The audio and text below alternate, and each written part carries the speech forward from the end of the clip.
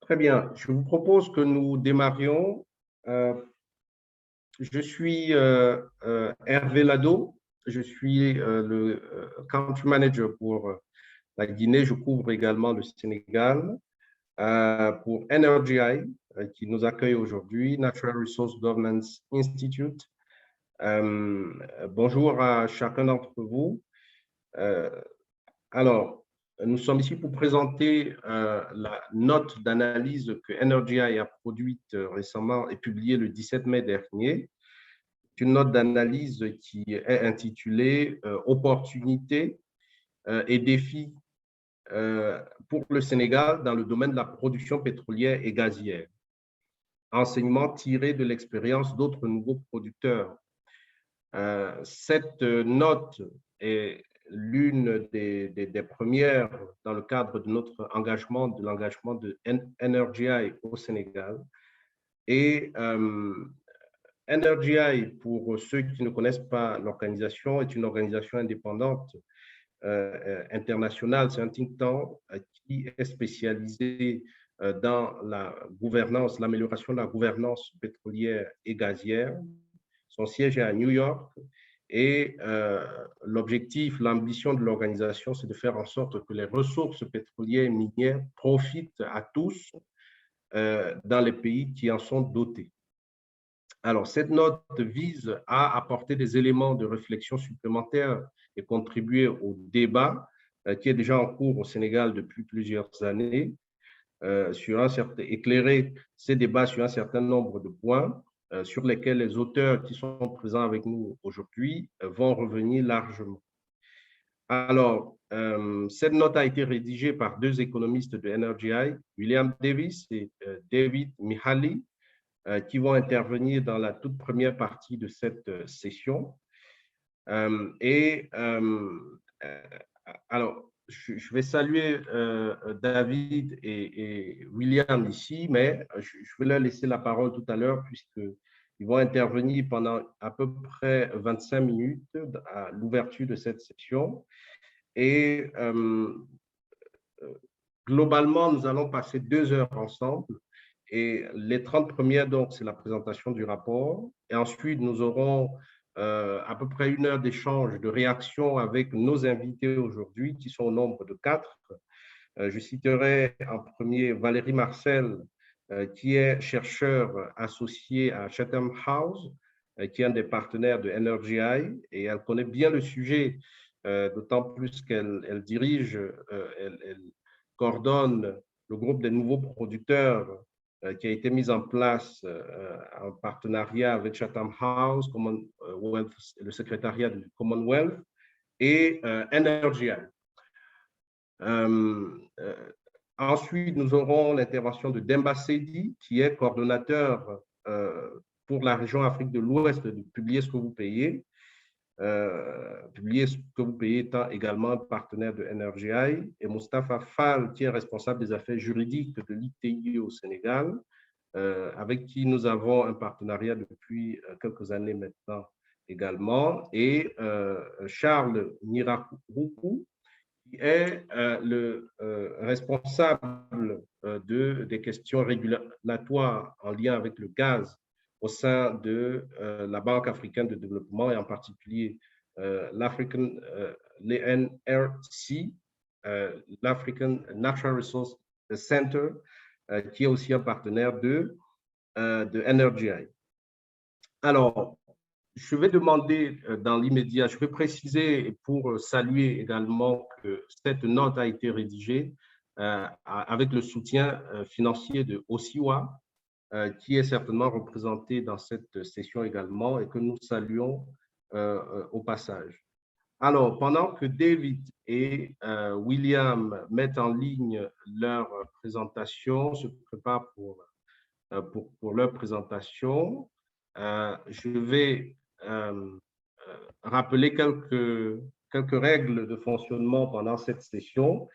Simplement mettre en mute, vous mettre en mute si vous ne parlez pas, et puis mettre vos caméras aussi en off si vous ne parlez pas. Et puis, n'oubliez pas que nous avons le Q&A Q&A en bas de votre écran où vous pouvez indiquer vos questions, vos réactions. Et nous ferons le plaisir de les présenter aux intervenants, aux auteurs ou aux autres intervenants. Donc, n'hésitez pas à indiquer le moment venu à qui vous adressez la question.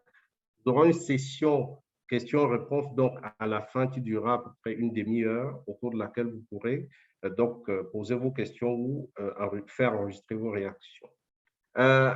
William, est-ce que votre PowerPoint est prêt pour qu'on démarre la présentation? Je note, je vous précise, vous avez dû vous en rendre compte, la session est enregistrée. Et puis, je vous laisse, William.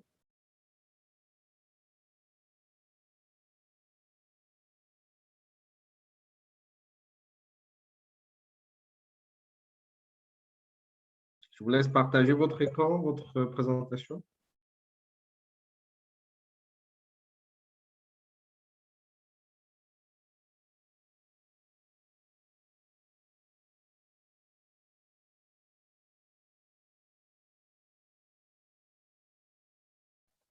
Merci beaucoup, Hervé. Je pense qu'on est déjà prêt à commencer.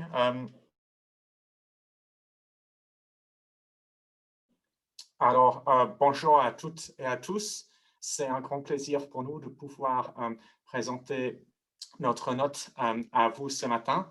Je ne sais pas, David, si tu aimerais dire quelque chose avant qu'on commence.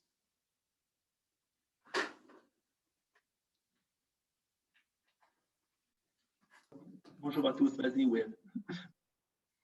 Merci. Alors, sans plus attendre, on va maintenant commencer avec la présentation. Comme Hervé l'a déjà dit, notre note s'est intitulée « Opportunités et défis pour le Sénégal dans le domaine de la production pétrolière et gazière, enseignement tiré de l'expérience d'autres nouveaux producteurs ». Et il s'appelle comme ça pour une bonne raison. Alors, le Sénégal semble être sur le point de devenir un important producteur d'hydrocarbures, surtout le gaz. Plusieurs pays africains sont devenus de nouveaux producteurs au cours des années 2000. Mais pris dans l'euphorie de leur première découverte majeure, plusieurs de ces pays avaient annoncé que le pétrole allait les sortir de la pauvreté, mais malheureusement, aucun des 12 pays étudiés par NRTI n'a pu accomplir ce rêve. Et 10 ans plus tard, le Sénégal est aussi sur le point de devenir un nouveau producteur. Alors, la question importante se pose: comment le Sénégal peut-il éviter ces pièges liés au début de la production des hydrocarbures, les pièges dans lesquels les autres nouveaux producteurs africains sont malheureusement tombés? Dans ce contexte, on a mené cette étude pour analyser les expériences des autres nouveaux producteurs et poser deux questions. À quel point sont-elles ces expériences pertinentes pour le Sénégal et comment le Sénégal peut éviter les problèmes que les autres nouveaux producteurs ont vécu? Alors, je passe la parole à David. Merci. Bonjour à tous. Donc, le briefing, il adresse 6 points clés, en fait. Et ces points clés, ils suivent la chaîne de décision des industries extractives que je vais expliquer. Donc, ça commence par le stage de l'exploration et des découvertes des gisements. Et on demande et on regarde un peu, on étudie les attentes que ces découvertes ont générées dans d'autres pays et surtout les complications au niveau de la communication de la taille de ces découvertes. Le second est la phase de développement des projets et les délais que certains de ces projets ont vus. Après, on va toucher aux questions de fiscalité. Donc, après avoir découvert et après avoir développé l'hydrocarbure, combien de recettes le gouvernement va recevoir. Et après, on continue après avec les questions de gestion de revenus, les emprunts, les questions de gérer la volatilité. Puis, après ça, on va à l'utilisation du gaz au Sénégal. Voilà, ce sera l'ordre dans lequel on va discuter des risques voilà. Merci beaucoup, David. Alors, on passe maintenant à la première de ces sujets, c'est le défi de gérer les attentes du public. Plusieurs nouveaux producteurs africains ont eu un excès d'optimisme public, souvent créé par le gouvernement lui-même. Par exemple, au Ghana, l'ancien président, le président à cette époque, John Kufuor, a dit en 2007, même sans le pétrole, nous nous en sortons vraiment bien. Avec le coup de pouce du pétrole, nous allons nous envoler. 3 ans plus tard, le président suivant a dit quelque chose de similaire. Les ressources pétrolières mèneraient le Ghana vers une révolution industrielle dans les prochaines 10 années. Si on passe au prochain slide, on peut voir l'évolution du taux de croissance du PIB par habitant au Ghana. Et on voit bien qu'il y a eu une accélération de croissance après la découverte des ressources pétrolières. Mais peut-être que rien qui ne s'accorde avec la hauteur des déclarations qui ont été faites par les anciens présidents et rien qui transforme le pays avec une révolution industrielle. Alors, c'était à peu près la même chose en Tanzanie. Le président à cette époque, Jakaya Kikwete, a dit en 2010, Mtwara, c'est une ville située près de l'une des grandes découvertes de gaz au pays, sera le nouveau Dubaï. Et puis, on voit en bas une photo de Dubaï. Alors, 10 à 15 ans plus tard, la réalité est loin d'être à la hauteur de cette déclaration. Et en Tanzanie, il y a même eu du conflit civil autour de Mtwara, la ville qui a été comparée avec le Dubaï, quand le développement espéré ne s'est pas produit. Mais heureusement, une autre approche est possible et a été poursuivie par d'autres pays africains. Dans ces pays, le gouvernement a tenté de neutraliser une partie de cet enthousiasme irréaliste. Au Libéria, par exemple, les médias ont mal compris les déclarations d'une des compagnies pétrolières et ont dit que ça voulait dire que les Libériens ne devaient plus jamais vivre dans la pauvreté. Après ça, la compagnie nationale de pétrole du pays, NOCAL, a fait de multiples déclarations publiques pour tenter de clarifier la situation, comme par exemple l'infographie qui suit. Nous, on l'a traduit en français pour le briefing. Alors, comme vous voyez ici, c'est quelque chose d'assez détaillé. Ça montre le Libéria dans quelle phase. Et c'est loin d'être une de ces déclarations qui dit que le pétrole allait transformer le pays d'un jour à un autre.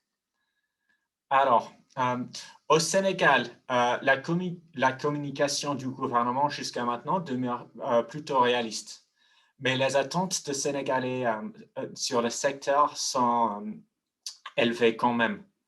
Il est donc important pour le gouvernement de continuer de communiquer pour gérer les attentes et éviter une déception et désillusion par la population sénégalaise, surtout parce que les ressources hydrocarbures du pays demeurent modestes. juste 60 barils par personne pendant les 25 ans de concession pour les pays, pour les projets ayant des FI.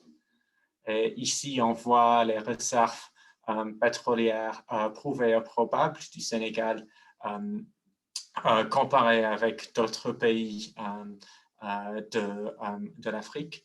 Et ici, c'est les réserves de gaz.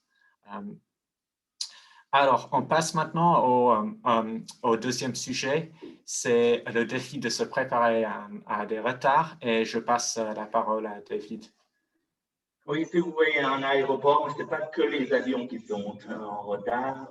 Donc, en fait, 3/4 des projets, des gros projets d'hydrocarbures sont en délai, d'après un rapport d'Ernst & Young.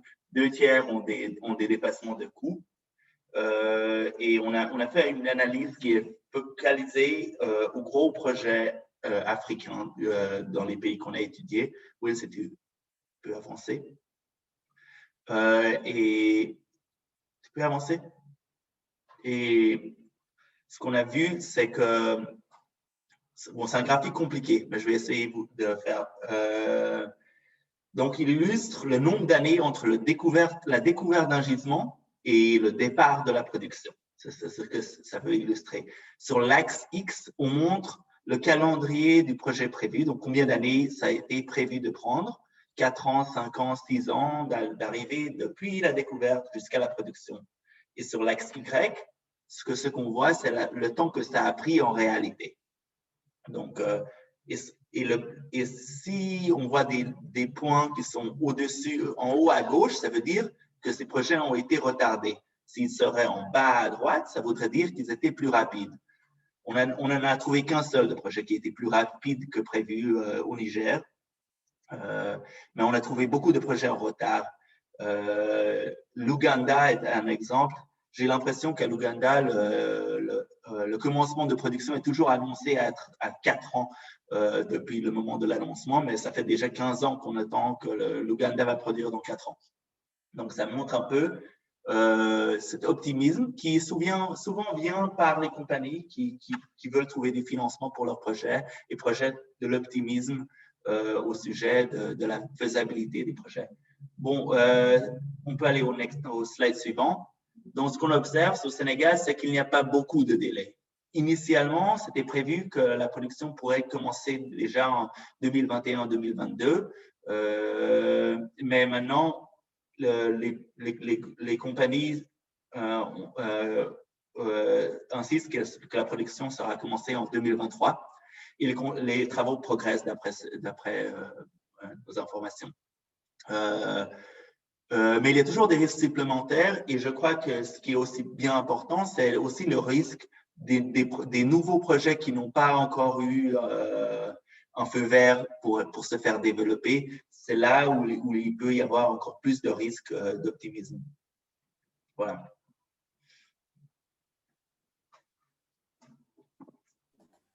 Merci beaucoup, David. Alors, on passe maintenant au prochain sujet. C'est le défi d'éviter les allègements fiscaux et de protéger la base d'imposition. Peut-être que c'est plus un défi pour protéger la base que d'éviter les allègements, mais c'est important quand même de faire ça aussi. Alors, ici, on voit sur ce graphique le faible taux d'imposition moyen des pays africains par rapport à d'autres régions du monde, certaines autres régions du monde. Et peut-être que ça se comprend avec le fait qu'un problème majeur pour le secteur extractif est le risque de réduction des recettes budgétaires à cause de deux principales raisons. La première est l'utilisation par les pays des allègements fiscaux inutiles et l'autre est le gonflement des coûts par les entreprises avec pour but de déplacer les bénéfices vers des juridictions à faible taux d'imposition. En fait, il y a d'autres raisons aussi, mais aujourd'hui, on va se focaliser sur ces deux qui sont les plus importants peut-être pour Sénégal dans le secteur hydrocarbures. Alors, concernant les allègements fiscaux inutiles, les investisseurs dans des projets ayant déjà DFI ne vont pas laisser leurs engagements et ce qu'ils ont déjà investi.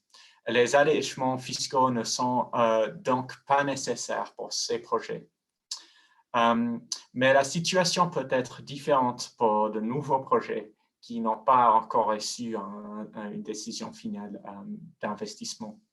Mais il est important de ne pas trop réagir face à une baisse ou également une hausse de prix et de plutôt utiliser un régime fiscal flexible. Ici, on voit le prix d'équilibre économique de la production pétrolière future dans certains pays.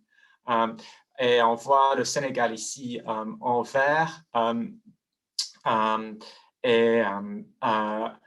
C'est, oui,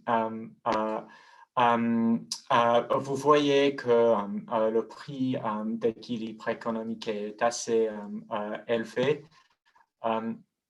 Et ça pourrait vouloir dire que si le prix du pétrole ne reste pas élevé comme maintenant, peut-être que de nouveaux projets sénégalais qui sont prévus pourraient avoir des difficultés à recevoir une décision finale d'investissement. Surtout à cause de la transition vers les énergies renouvelables qui va probablement réduire les cours du pétrole. Alors, concernant les gonflements de coûts, ce qui est le deuxième facteur dans la réduction des recettes budgétaires du secteur qu'on voulait discuter. Au Ghana, par exemple, les revenus pétroliers ont été inférieurs de moitié à ce qui avait été prévu par la Banque mondiale pour la période 2011 à 2018. L'un des principaux facteurs de la baisse des revenus a été l'augmentation des coûts de développement du projet pétrolier initial, ainsi que les déductions sur les frais encourus par le même groupe des compagnies pétrolières pour différents projets ultérieurs. En outre, les audits des coûts réalisés par le gouvernement ont souffert de retard au démarrage, d'ambiguïté juridique, de chevauchement de mandats d'audit, de lacunes dans l'expertise nécessaire et d'un manque de transparence.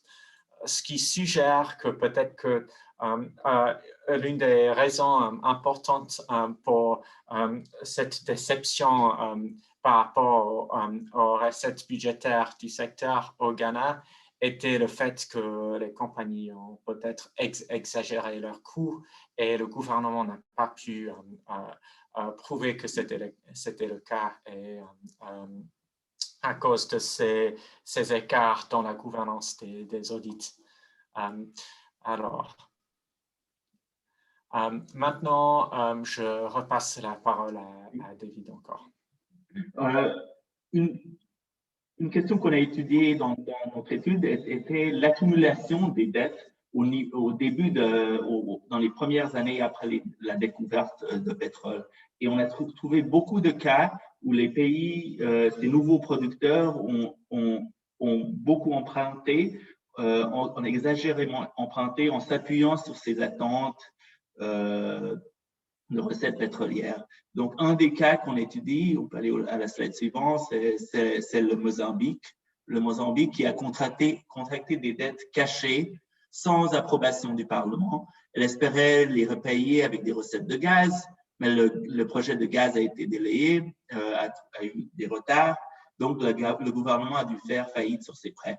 Will a déjà parlé aussi des attentes au Ghana, qui étaient très, très fortes. Ça a fait beaucoup de pression pour faire une hausse des rémunérations des fonctionnaires ou beaucoup de dépenses, ce qui a mené à une crise économique au Ghana et le Ghana a dû solliciter de l'aide du Fonds monétaire. Il y a encore bien d'autres exemples dans notre étude que vous pouvez trouver. Bon, ce qui est au sujet du Sénégal, tu peux avancer, Will, 2 slides maintenant? Voilà. On a aussi regardé la dette, le mouvement de la dette au Sénégal. Et comme vous voyez, en fait, sur l'image, il y a une tendance la dette est à la hausse. Il y a une hausse, mais la croissance reste un peu la même avant et après 2014. Donc, mais la grande différence, c'est plutôt la composition de la dette. Donc, si on regarde avant les découvertes, la plupart, la plus grosse partie de la dette était des dettes concessionnelles officielles, donc de la dette du FMI, de la Banque mondiale, de la Banque africaine, de développement et autres. Et ce qui est un nouveau phénomène, c'est surtout le vert là, qui sont les euro-obligations, les obligations commerciales extérieures, qui ont des taux d'intérêt bien plus élevés, qui ont des échéances plus courtes. Il y a aussi une grosse hausse de dette intérieure, donc envers les banques domestiques. Donc ça, c'est un gros risque. Et l'autre risque dont on parle dans notre rapport, c'est les prêts qui seront liés à Petrosen. Petrosen doit financer sa participation dans GTA et Sangomar. Et là-dessus, on n'a pas trouvé d'informations suffisantes. À quel taux d'intérêt est-ce que Petrosen va se financer, comment ça va se repayer. Donc, ce sont des questions qui seront très importantes pour la vulnérabilité financière du pays. Voilà. Merci David. Alors maintenant, on passe au prochain sujet. C'est le défi de faire face à la volatilité et à la non-durabilité des revenus tirés des ressources naturelles. Des images de volatilité à la gauche et non-durabilité à droite. Dans ce sujet, un thème important de la gestion des ressources naturelles est d'éviter que la volatilité des recettes budgétaires tirées des ressources naturelles se traduise en volatilité des dépenses publiques qui peut réduire leur efficacité. Et deux, c'est que les richesses soient dépensées dans le court terme sans bénéficier aux générations futures. Alors, ce sont deux risques majeurs dans la gestion des ressources naturelles. Mais est-ce pertinent pour le Sénégal? Les revenus seront, selon le FMI, entre 0,5 et 3% du PIB, ce qui est assez modeste. Alors, est-ce que les coûts de cette volatilité restreinte seront plus que les coûts d'une architecture d'épargne qui peut aussi coûter assez cher? Et il y a des exemples d'autres pays qui ont créé des architectures d'épargne même si leur revenu était modeste. Le Sao Tomé et Principe a mis en place un compte pétrolier national en 2004, mais jusqu'à présent, son secteur pétrolier a coûté au gouvernement plus qu'il ne lui a rapporté. En plus, le Sénégal pourrait peut-être profiter plus s'il utilise les épargnes pour réduire les emprunts du pays. Par exemple, je pense que le taux d'intérêt payé par le Sénégal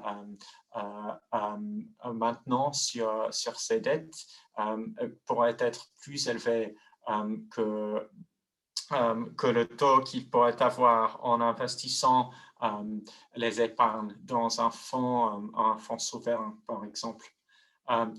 Ça se voit aussi dans le cas du Ghana.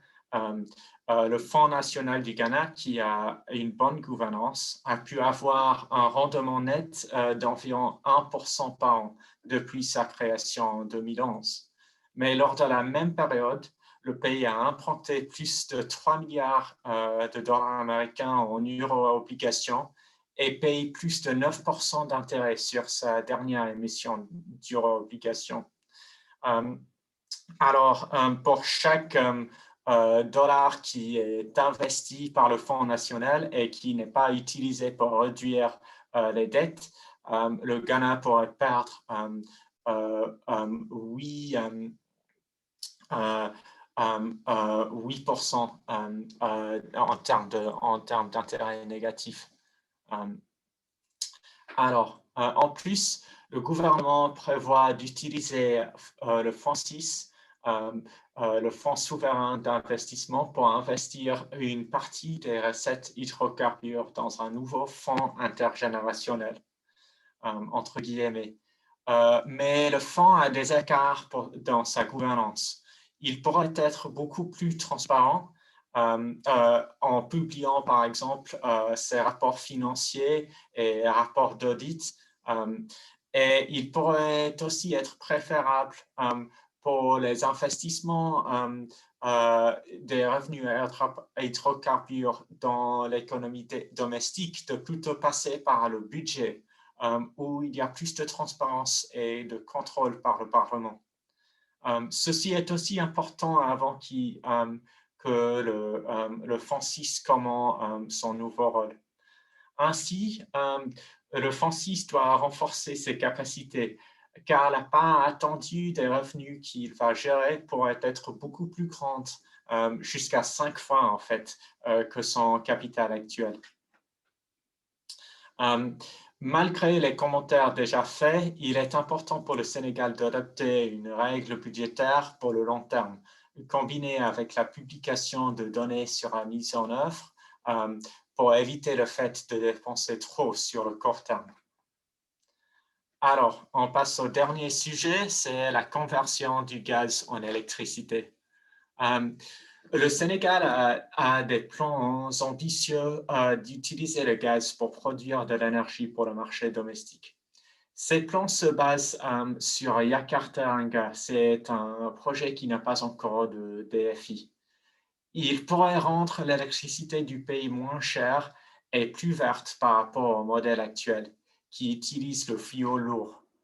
Le Sénégal pourrait faire attention avant de signer de contrat pour l'achat de gaz, pour éviter le risque que les infrastructures pour distribuer et transformer en électricité ne soient pas prêtes à temps.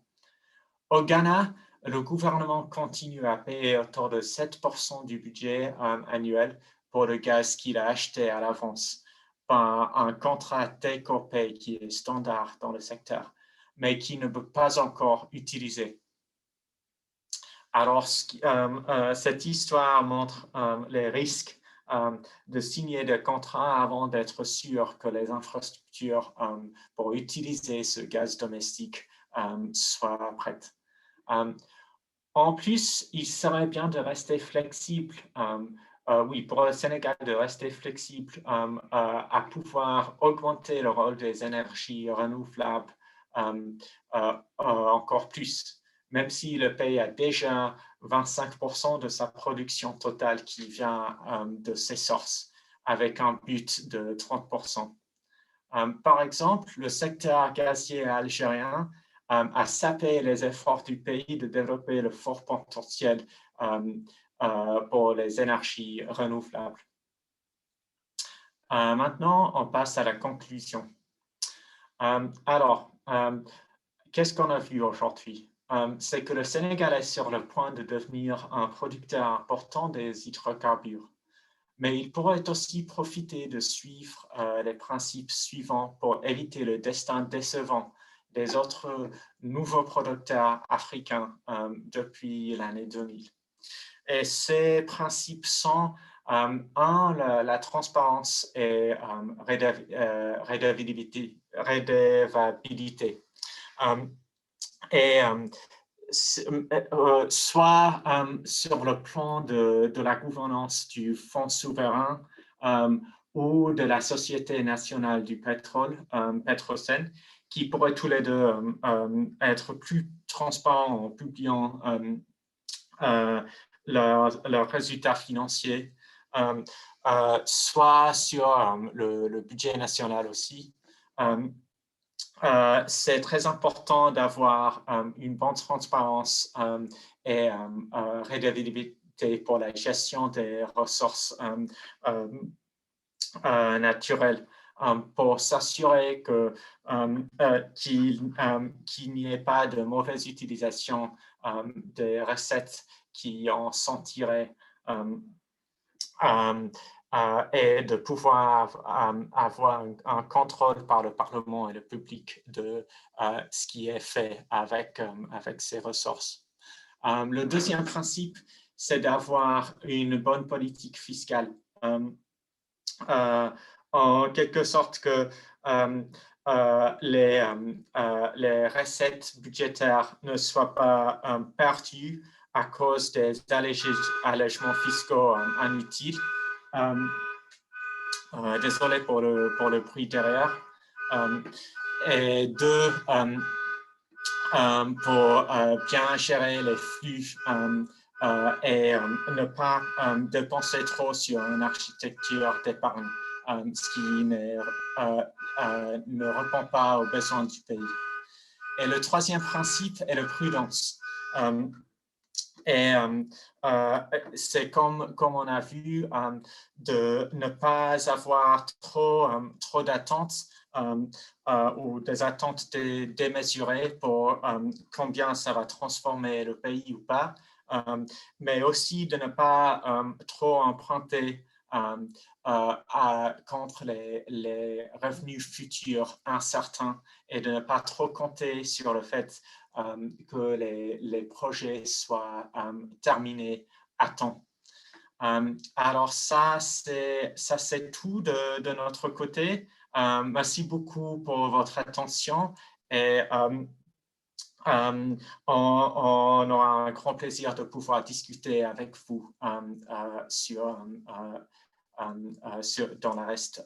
le reste de la session. Merci. Merci beaucoup, Will et David, pour cette présentation synthétique. Je sais que vous avez dû vous faire violence pour arriver à concentrer les 48 pages de la note en si peu de temps. Merci pour cet effort-là. J'espère que ça a donné un peu plus fin à toutes les personnalités qui sont avec nous dans ce webinaire pour pouvoir contribuer à leur tour. Je vais passer la parole tout de suite à Valérie Marcel, qui, encore une fois, connaît bien le sujet, puisqu'elle côtoie presque au quotidien les nouveaux producteurs et connaît leurs problématiques, les enjeux, et a suivi l'évolution de la situation au Sénégal depuis plusieurs années maintenant. Alors, que vous évoque ce rapport, que vous évoque cette présentation? Est-on sur les vrais sujets aujourd'hui avec ce rapport? Et éventuellement, peut-être vous avez une question ou un point d'éclaircissement par rapport aux intervenants. Je vous passe la parole, Valérie. Merci beaucoup, Hervé. Bon, c'est vraiment un grand plaisir pour moi d'être avec vous aujourd'hui. Et puis de pouvoir commenter un peu ce rapport qui est excellent. Je pense qu'il touche vraiment les thèmes les plus importants pour le Sénégal maintenant, au stade où le pays se trouve.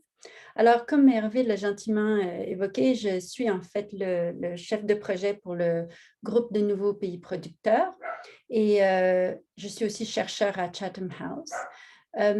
Et donc, ce groupe de pays producteurs, c'est un réseau coopératif entre les gouvernements de 30 pays qui sont nouveaux au secteur pétrolier, donc à l'exploration, développement et production. Et en fait, il s'agit d'échanges entre les gouvernements, donc échanges techniques entre les gouvernements. Bon. Et puis, c'est coordonné avec NRDI, Chatham House et le Commonwealth Secretariat. Donc, je dois mentionner d'ailleurs que la Mauritanie fait partie du groupe depuis 1 an, mais le Sénégal pas encore, et on espère que le Sénégal pourra se joindre à notre groupe. Donc, je pense que c'est juste intéressant excusez-moi juste un instant.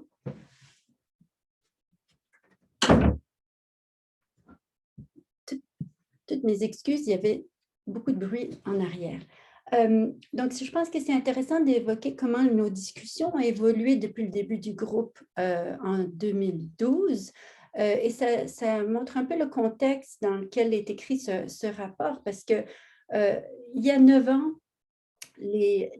les membres du groupe étaient en fait enthousiastes à cause de leur potentiel d'exploration. Il y avait beaucoup d'enthousiasme au sujet du secteur pétrolier et gazier. Et je pense que cet enthousiasme était partagé par les agences de développement, l'assistance technique, les gouvernements eux-mêmes, les compagnies. Et on voit qu'il y a une évolution parmi les membres du groupe pour voir en fait que le secteur a un avenir assez incertain, d'une part, et qu'il y a la réalité d'une transition énergétique qui affecte l'environnement ou le contexte de prise de décision pour les gouvernements. Et je pense que le rapport évoque vraiment bien le besoin d'être prudent face à cette transition, cette incertitude face à la transformation d'une industrie.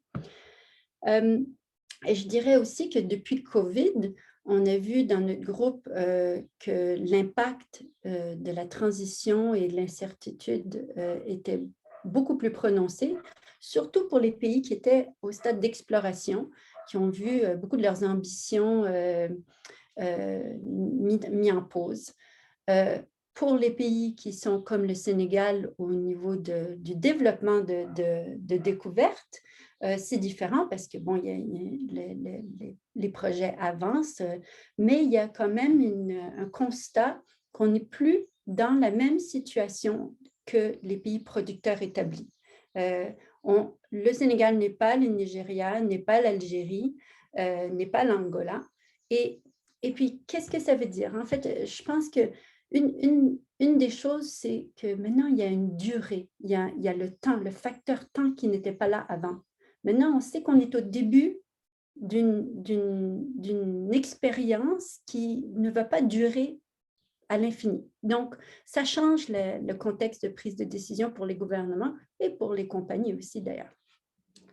Donc, je pense que, par exemple, si on regarde les progrès qu'avaient pu faire modeste qu'ont fait l'Algérie et le Nigeria sur le développement de contenu local, par exemple. Peut-être que c'est en partie parce qu'il y avait un sentiment qu'il y avait une période infinie de temps pour réaliser des progrès. Et en fait, là, maintenant, il y a un sentiment plus d'urgence. Et ça, c'est à l'avantage de pays comme le Sénégal, parce qu'on se rend compte, on a une opportunité qui ne durera pas pour toujours, et il faut la saisir et puis vraiment maximiser les bénéfices pour le Sénégal, pour le pays, qui peuvent être tirés de l'exploitation pétrolière et gazière. Donc, comme le rapport l'évoque très bien, je pense que cette nouvelle situation impose de limiter notre dépendance sur le secteur pétrolier. Donc, là, quand il s'agit, par exemple, de développer des chaînes de valeur pétrolières et gazières, il y a beaucoup de questions qui se posent à cet égard-là. Je pense qu'on pourra en discuter plus après les présentations. Mais est-ce que c'est logique? Est-ce que c'est commercialement fondé de se diriger vers une chaîne de valeur pétrolière ou gazière? Pour un pays comme l'Ouganda, construire une raffinerie, ça peut être logique parce que c'est un pays enclavé. Quand on a eu des besoins d'électricité qui ne sont pas, qu'on ne peut pas satisfaire, c'est très important de pouvoir utiliser le gaz. Mais le rapport explique très bien des considérations importantes avant de se lancer dans cette aventure-là, juste pour que ce soit un investissement judicieux. J'aime aussi beaucoup que le rapport parle de scénario, parce que ça, c'est quelque chose dont on a beaucoup parlé dans notre groupe. c'est pour guider les planificateurs, c'est très important d'utiliser les scénarios pour envisager des possibilités que les choses n'aillent pas si bien, qu'on ne peut pas toujours miser sur l'optimisme. Et je voulais juste parler brièvement du contenu local, parce que peut-être que ce n'est pas quelque chose qui a été très développé dans le rapport. Et ça, c'est un sujet sur lequel il y a eu une évolution de notre groupe dans la manière de voir le problème. On se rend compte que le temps qu'on a pour développer l'offre nationale, que ce soit les PME, la chaîne de valeur, le développement de compétences, ça prend du temps. Et si la vie du secteur est plus courte, il faut faire très attention à ne pas développer des compétences et une offre qui ne soit pas utile, qui soit utile au secteur pétrolier, mais pas seulement au secteur pétrolier. Donc, on veut éviter de créer des dépendances avec notre politique de contenu local. Mais en fait, c'est quand même un sujet très délicat politiquement parce qu'il y a beaucoup d'attentes populaires et politiques sur le potentiel du contenu local. Et c'est compréhensible parce qu'on se dit, avec les milliards qui sont investis dans le pays par le secteur pétrolier, comment est-ce que c'est possible de ne pas essayer de capter ce qu'on peut de cet investissement-là pour le bien-être de l'économie et de la population. Donc, c'est un sujet délicat, mais je pense que dans notre groupe, on voit quand même qu'il y a une évolution sur ce sujet-là, comme le Mozambique, qui, par exemple, mise sur le développement de compétences à long terme qui seraient utiles pour d'autres secteurs. Et donc, ça, je pense que c'est juste un exemple parmi beaucoup de bonne gestion du sujet. Donc, en conclusion, je pense que le rapport évoque très bien qu'il s'agit aujourd'hui d'une situation très intéressante pour un pays comme le Sénégal, à l'aube de la production du pétrole et du gaz, comment est-ce qu'on ménage les attentes populaires et politiques et on maximise le potentiel pour le secteur d'amener des bienfaits au Sénégal. Merci. Parfait, Valérie. Je n'attendais pas moins de vous cette mise en perspective par rapport aux travaux en cours et aux réflexions en cours un peu partout chez les nouveaux producteurs. Et le Sénégal, comme vous l'avez dit, est très bien positionné aujourd'hui, bien en amont de la production pour en tirer profit. Et je ne vais pas laisser la parole tout de suite aux auteurs parce que vous évoquez un point qui va probablement revenir aussi chez d'autres intervenants, qui est la question du contenu local. Je pense que ça va mériter des échanges ultérieurs au cours de ce webinaire. Donc, merci beaucoup, Valérie. Je vais passer la parole à présent à Moustapha Fall de l'ITIE Sénégal, qui veut bien mettre en marche sa vidéo, si la connexion le permet. Valérie est responsable des affaires, Moustapha Fall est responsable des affaires juridiques au sein de l'ITIE Sénégal, qui est un des partenaires de NRGI. Et on ne présente plus l'ITIE qui fait de très belles choses au Sénégal, qui aide justement le pays à se préparer autant que possible à la production. Alors, Moustapha, vous avez certainement beaucoup de choses. Ce rapport fait écho certainement à beaucoup de réflexions que vous avez déjà eues au sein de l'ITIE et en lien avec les partenaires gouvernementaux, mais aussi les entreprises. Alors, qu'est-ce que vous pouvez nous en dire? Peut-être aussi, quels sont les sujets que le rapport n'évoque pas et qui mériteraient une réflexion ultérieure? Merci beaucoup, Hervé. Je voudrais d'emblée féliciter NRGI déjà de pouvoir faire cette étude à l'intention du Sénégal, mais également permettre au pays d'alimenter davantage le débat public. Je rappelle que l'ITIE travaille avec NRGI à travers un protocole d'accord qui leur permet, sur des sujets particuliers, que ce soit la publication des contrats, que ce soit également des questions liées à la transparence des bénéficiaires effectifs, de pouvoir échanger et d'améliorer la gouvernance des ressources naturelles au Sénégal. Alors, je voudrais féliciter les auteurs parce que, en réalité, ce qu'ils ont proposé, c'est un outil d'aide à la décision publique. parce que le rapport a évoqué des éléments clés de la chaîne de valeur et comme vous le savez, le Sénégal a déjà mis en place un cadre juridique et institutionnel qui permet aujourd'hui de pouvoir encadrer l'exploitation des hydrocarbures. Mais je voudrais tout de suite dire que peut-être il y a une bonne nouvelle et une triste nouvelle. La bonne nouvelle, c'est quoi? C'est qu'on se rend compte que par rapport aux précautions ou, j'allais dire, aux mises en garde formulées, en termes surtout de la viabilité d'un cadre juridique et institutionnel, mais aussi aux instruments de gouvernance, le pays a déjà mis en place ce schéma-là. Je pense au nouveau code pétrolier, je pense au nouveau code gazier, je pense également au projet de loi de partage, je pense également à la loi sur le contenu local et ses décrets d'application, la révision du code général des impôts, le code de transparence dans la gestion des finances publiques. Donc, il y a tout un arsenal aujourd'hui qui permet, je crois, de s'assurer par rapport à la sécurité juridique, par rapport, si vous voulez, à ce qui peut sans doute mieux sécuriser les intérêts économiques de l'État.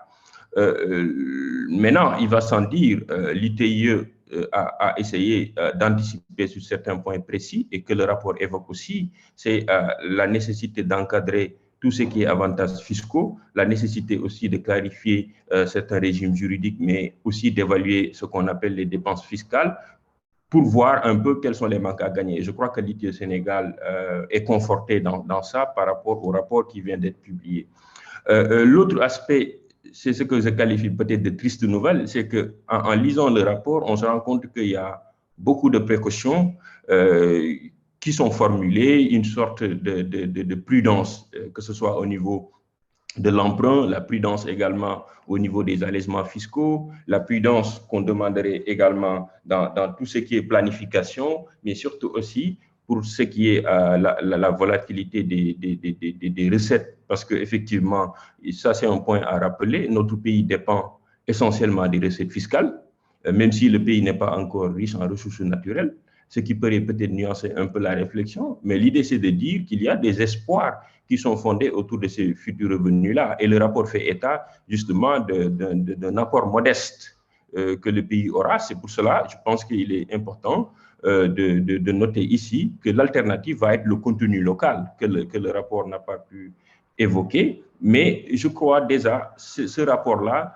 va permettre de mieux, à mon avis, avancer sur certains sujets particuliers. Je donne juste l'exemple par rapport à la loi de partage aujourd'hui qui est dans le circuit. Il y a des points très intéressants. On s'est rendu compte que l'idée, ce n'est pas d'avoir une déconnexion entre la gestion des recettes tirées du secteur des hydrocarbures et la gestion des finances publiques. L'idée, c'est pour assurer une intégrité des finances publiques, de l'arrimer, c'est-à-dire d'avoir le tout en termes de budgétisation, c'est-à-dire que les règles budgétaires puissent être également similaires avec les règles de partage des revenus, avec les précautions liées déjà à la mise en place d'un fonds intergénérationnel, à la mise en place d'un fonds de stabilisation.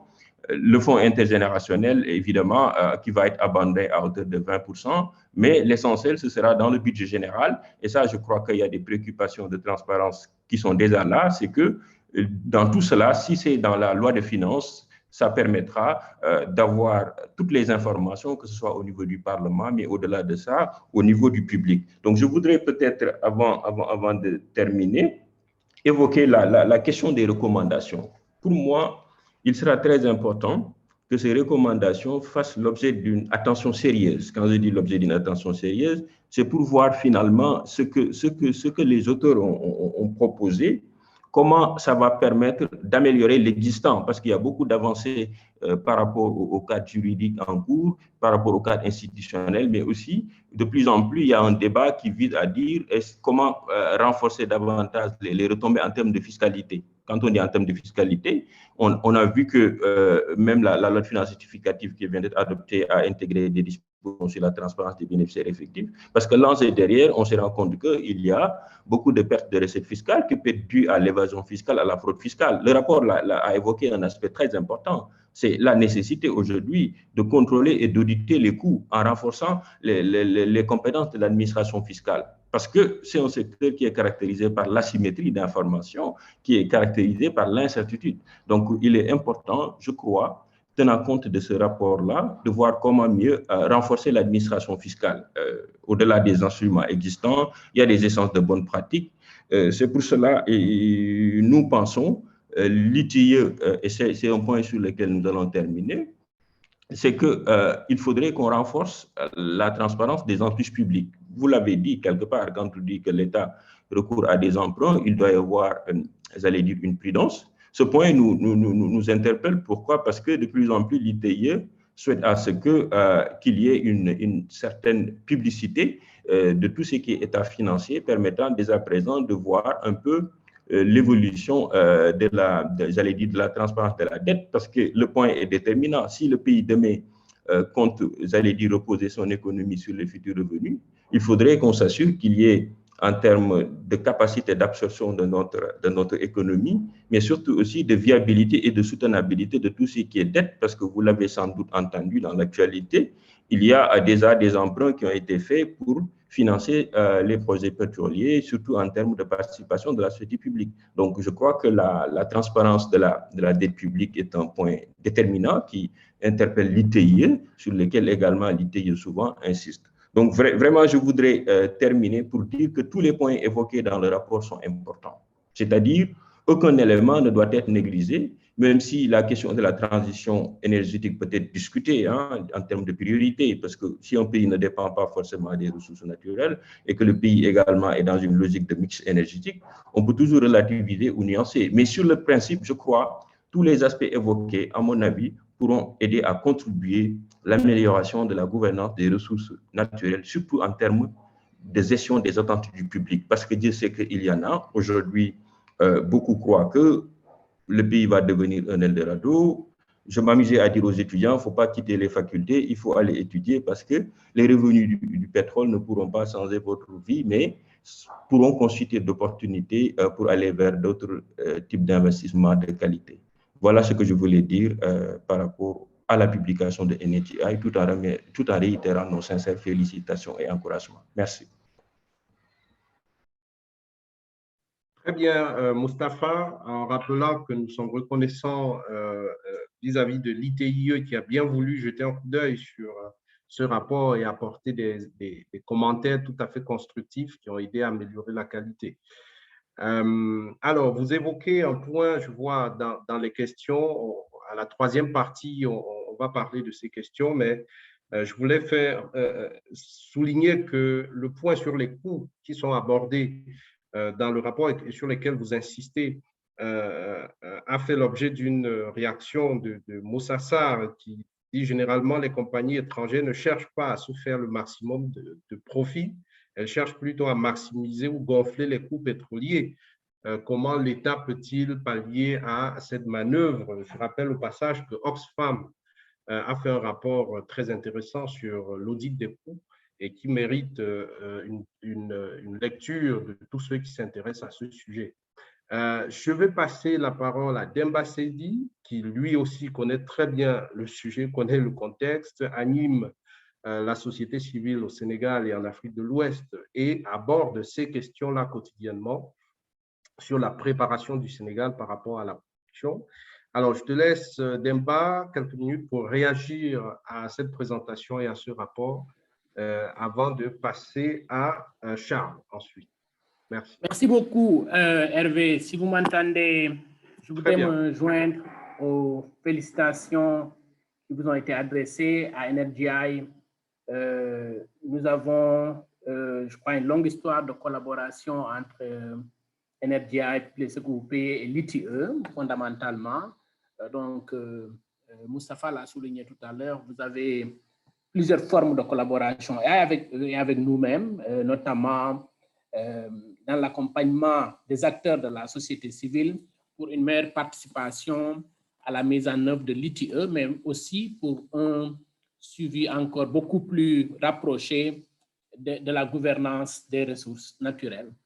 Et je crois qu'en ce sens aussi, très prochainement, en fin de semaine, nous nous retrouverons pour ensemble apprécier la mise en œuvre de l'ITIE dans le contexte de la revalidation du Sénégal. Alors, quant à ce rapport, je le vois, certains l'ont dit, comme à la fois un bilan et une mise en perspective. Un bilan dans le sens où il fait une sorte de benchmarking des expériences qui ont eu lieu dans d'autres pays et qui pourraient aujourd'hui renseigner la décision, notamment pour les autorités sénégalaises. C'est une mise en perspective qui, à la limite, frise même une alerte maximale à l'endroit des Sénégalais et des autorités sénégalaises quant à la gestion des ressources en hydrocarbures. Bien sûr, Moustapha l'a mentionné tout à l'heure, il y a un espoir à la limite démesuré parfois des populations et voire même des autorités. Et je crois qu'en partie, ce sont les autorités même qui alimentent cet espoir démesuré de la part des populations pour dire que je crois que d'ici quelques années, le Sénégal pourra se réjouir d'avoir effectivement obtenu toutes ces ressources-là et les exploiter. Ce n'est pas tout à fait faux parce que si on les appelle richesses, je ne vois pas comment on ne peut pas ne pas porter espoir sur des richesses. Donc, ce serait à la limite contradictoire de dire qu'on ne va pas porter espoir, notre espoir sur des richesses. Donc, je crois que les richesses doivent forcément alimenter cet espoir.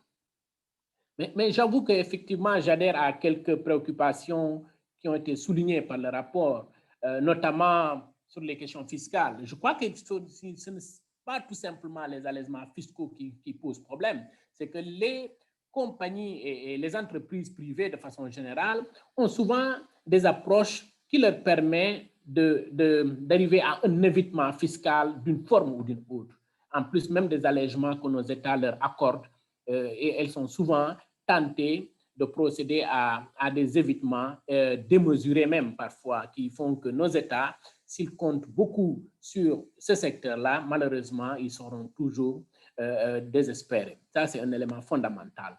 L'autre élément est lié surtout à la gestion des revenus.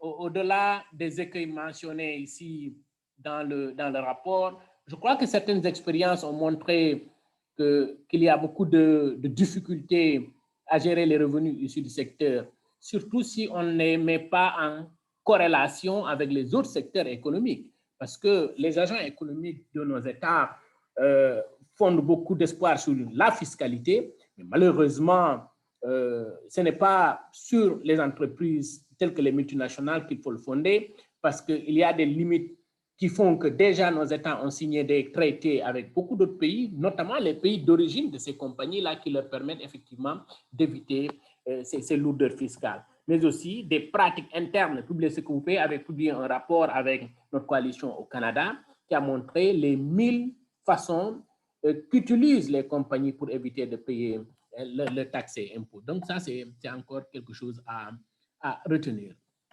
Le troisième élément est lié beaucoup plus à la question des attentes du public. Le public attend beaucoup plus de transparence et de redevabilité. La transparence ne concerne pas tout simplement la publication des contrats, j'ai l'habitude de le dire et je le répète encore une fois ici.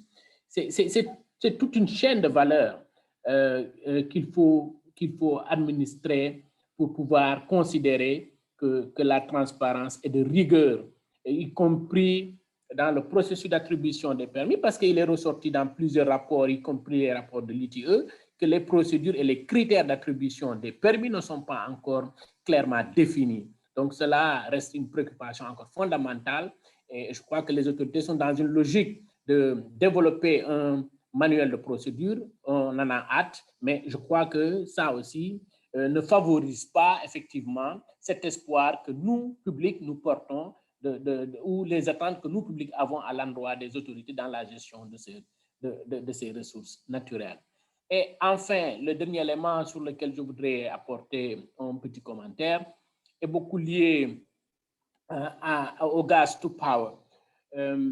Beaucoup d'expériences, et le rapport l'a relevé aussi ici, ont montré que généralement, les pays qui sont riches en ressources d'hydrocarbures n'ont pas souvent les moyens, et aussi bien techniques, humains et matériels pour pouvoir effectivement procéder à cela. Je crois qu'il est important pour le Sénégal de tirer leçon de ces expériences qui ont été montrées tout à l'heure et de pouvoir développer cette technologie qui lui permet aussi de pouvoir tirer beaucoup plus profit de la transformation de ce gaz sur place. Sinon, encore une fois, ce sera ce recours interminable au contenu local que je considère déjà comme étant une forme d'acceptation de l'échec que nous avons déjà dans la chaîne de valeur du secteur. Le contenu local constitue aujourd'hui un recours pour la plupart de nos États, y compris le Sénégal.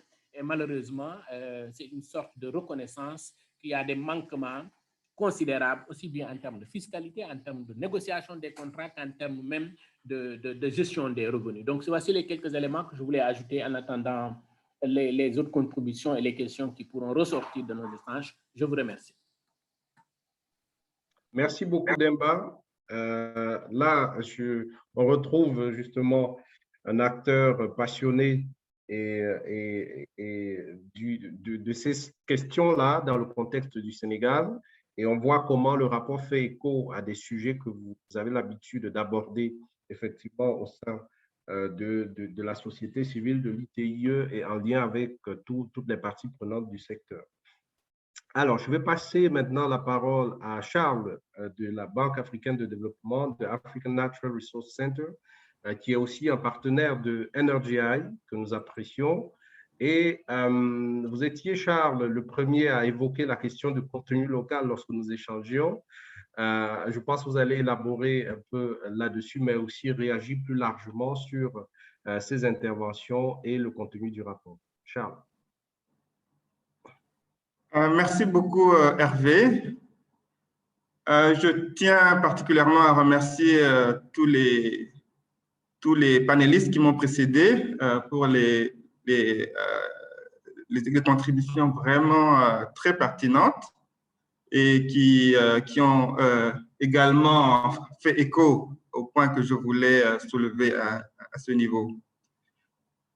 Pour nous, c'est vraiment un plaisir de contribuer à cette analyse, à ce briefing sur les opportunités, les défis du secteur pétrolier et gazier au Sénégal. D'autant plus que la Banque africaine de développement a été et reste un partenaire très proche du Sénégal dans tous les secteurs de la vie économique. Et évidemment, le pétrole et le gaz étant vraiment des piliers du plan Sénégal émergent, en fait, ça revient aussi dans le cadre des projets que la banque soutient. Je voulais réagir de façon, disons, générale par rapport aux conclusions et aux recommandations issues de ce rapport, pour dire que ce rapport vient vraiment à point nommé au moment où le Sénégal est sur le point vraiment de devenir un exportateur important de gaz naturel et qu'il a pu réussir à boucler le financement juste avant le confinement, ce qui présage vraiment que la première phase d'exportation de GNL est en bonne voie et que nous pouvons espérer d'ici 2-3 ans à avoir déjà les retombées de ce projet. Mais cela étant, nous devons regarder le secteur, l'évolution de tous ces projets dans leur ensemble.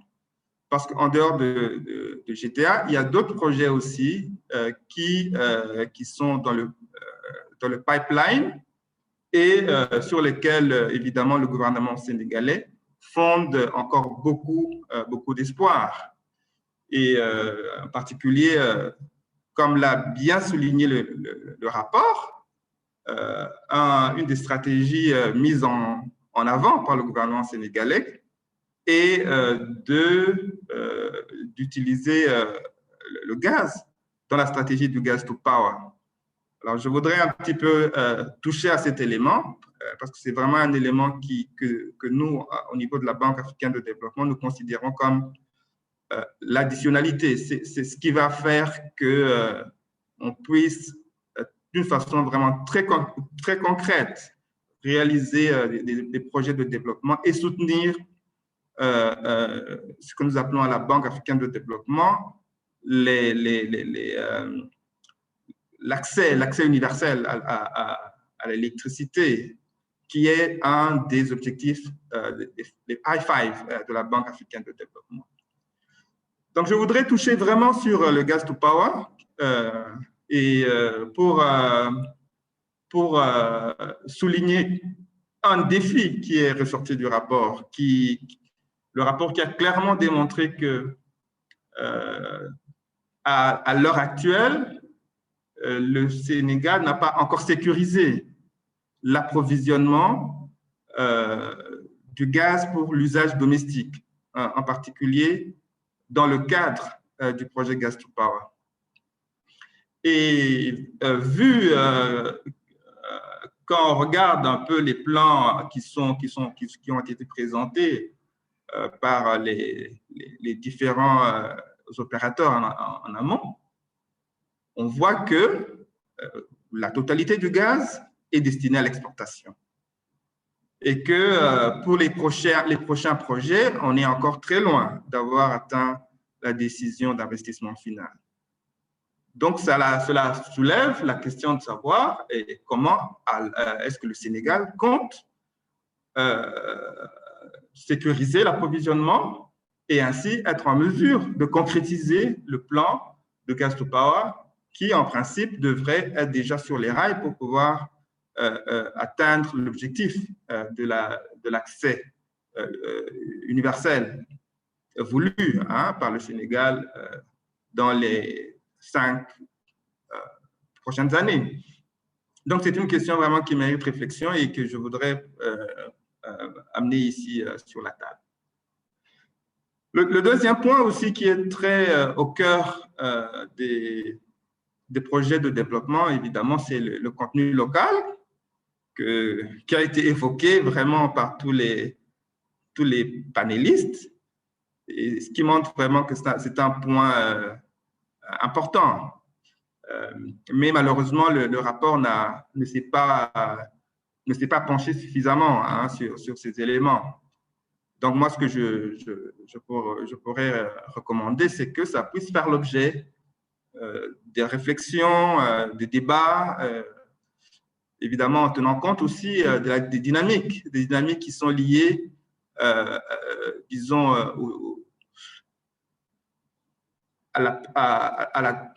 au processus en cours vers les énergies vertes. Parce que, comme je pense que Valérie l'a mentionné au début dans son adresse, il y a une prise de conscience maintenant que les ressources pétrolières ne vont pas être exploitées sur plusieurs décennies, d'où l'importance de pouvoir maximiser les bénéfices dans un temps relativement court. Et cela passe également par les investissements qu'on pourrait être amené à mettre aussi bien dans les projets de la transformation et d'utilisation du gaz localement, et aussi dans la formation des compétences. Parce que si on doit former des compétences qui ne vont pas être utilisées au bout de quelques années, vu que le secteur est en perte de vitesse, là, ça nous ramène à la réflexion de dire, voilà, il faut que ces compétences soient formées de façon stratégique, de manière à être transférées, le cas échéant, dans d'autres secteurs industriels, une fois que on arrive au moment où le pétrole devient une ressource de moins en moins utilisée dans le cadre, évidemment, de la décarbonation. Un dernier élément sur lequel je voudrais rebondir, évidemment, qui a été discuté en long et en large, c'est évidemment tous les défis qui sont liés à l'évasion fiscale, et qui constitue un défi vraiment majeur, hein, pour les nouveaux producteurs. Nous avons entendu le cas du Ghana, qui a été victime, si je pourrais m'exprimer ainsi, du coût de transfert, du gonflement des coûts par les opérateurs, et qui, in fine, n'a pas vraiment réussi à tirer des bénéfices substantiels, hein, en termes de revenus fiscaux et de ce secteur. Et là, la question qui me vient à l'esprit, c'est de demander, est-ce que nous avons au niveau du Sénégal les ressources, je veux dire les ressources institutionnelles, les ressources humaines, à même de pouvoir réaliser l'audit des coûts pétroliers. Parce que vraiment, ça, c'est quelque chose de fondamental, hein, pour pouvoir réussir ce pari. Et c'est un peu dans ce sens aussi que la Banque africaine de développement, hein, est en train d'apporter un appui, hein, au niveau du ministère des Finances en matière d'amélioration des revenus, y compris des revenus issus de la fiscalité du pétrole. Et l'un des éléments sur lesquels nous avons insisté, c'est vraiment de mettre en place tout un cadre institutionnel et juridique pour améliorer l'audit des coûts pétroliers. Donc, je voudrais, pour terminer, également remercier et féliciter les auteurs de ce briefing pour l'excellent travail qu'ils ont réalisé, et également pour la pertinence des analyses qui, sans doute, pourront aider à plus de transparence, à plus de visibilité, et vraiment à plus de décisions stratégiques dans le secteur pétrolier au Sénégal.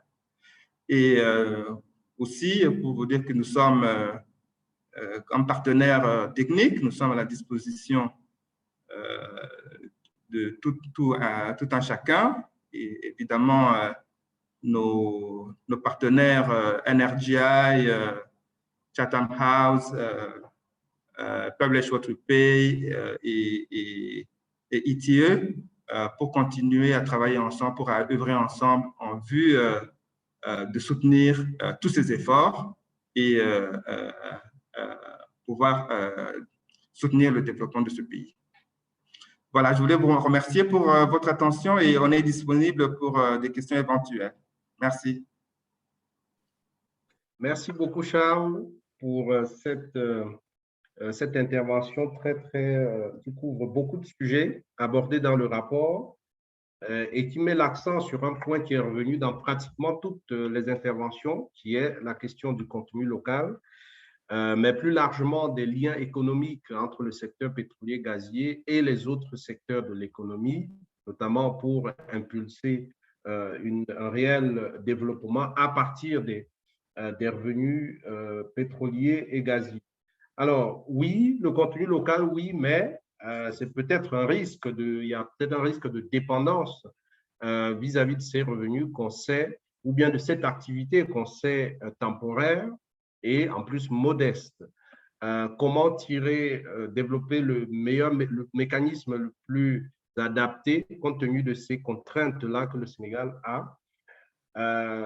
Dans nos échanges, je termine avec l'autre point qui est economic linkages, c'est-à-dire le gas to power qu'on évoque et sur lequel le rapport revient clairement en insistant sur la nécessité de réfléchir aussi sur le volet climat, le volet transition énergétique, pour éviter d'être dépendant d'une ressource extractive qui demain va empêcher le pays de développer des alternatives en termes de sources d'énergie renouvelables.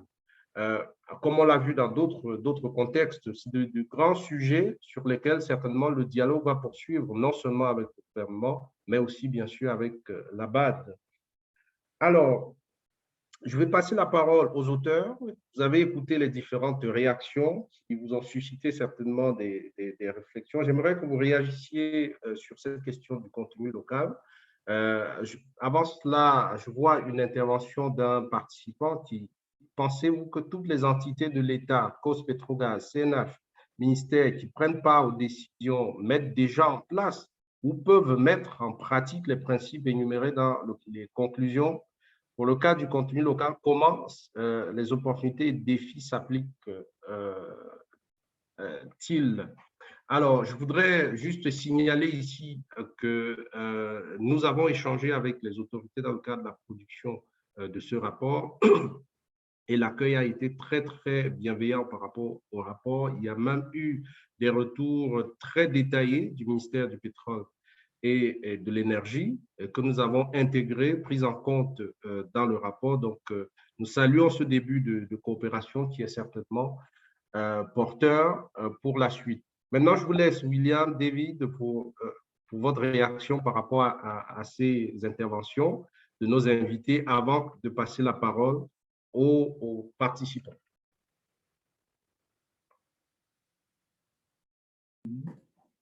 Merci beaucoup, Hervé. David, est-ce que tu aimerais peut-être commencer?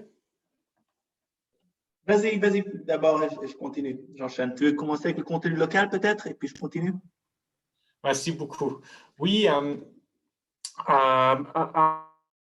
tout d'abord, j'aimerais me remercier à tous ceux qui ont posé des questions et aussi aux panélistes pour leurs interventions très pertinentes.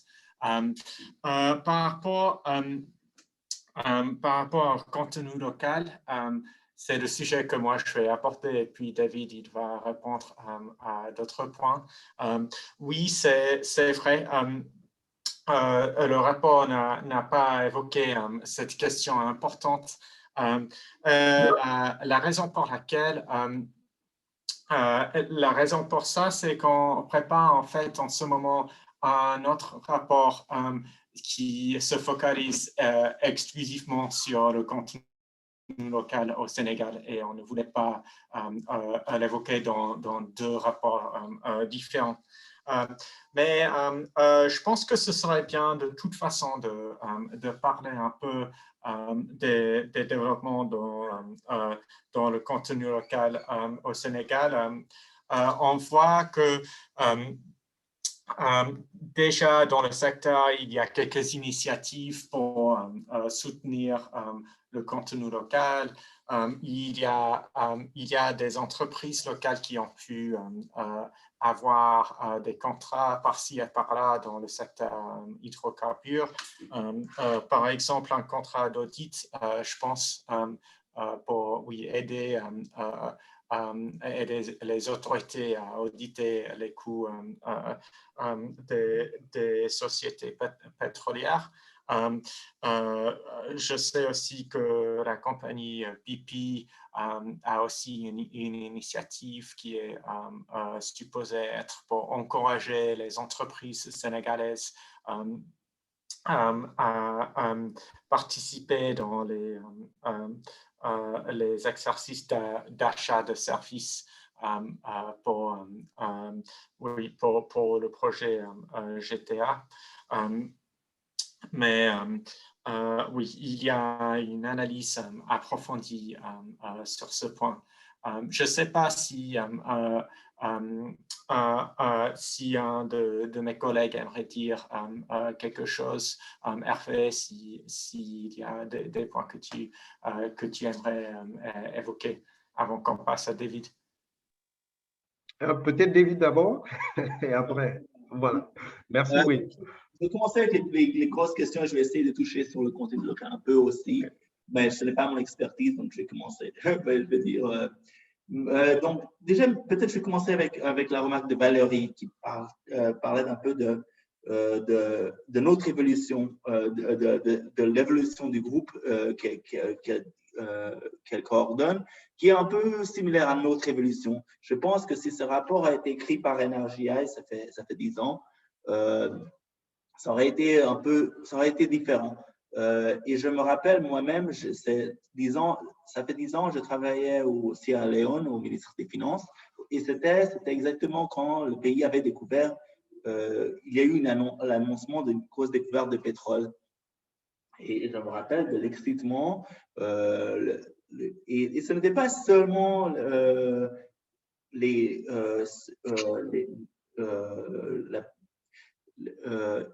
la population large, mais c'était aussi tout le monde au niveau technique, au niveau le FMI, par exemple, prédictait une immense transformation économique très, très rapide, misant sur le pétrole et le minier.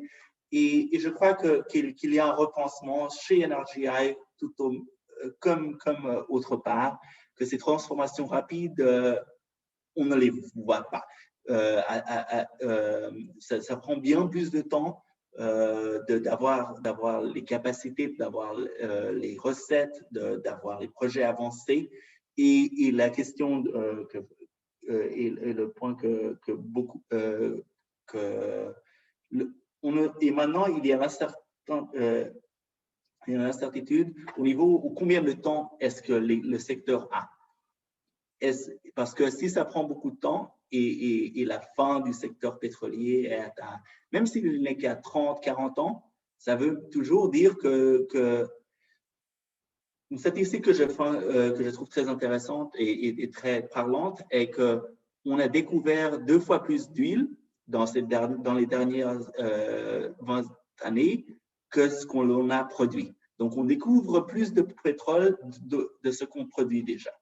Et en plus de ça, donc, ça veut dire qu'une grosse partie du pétrole va rester non développée.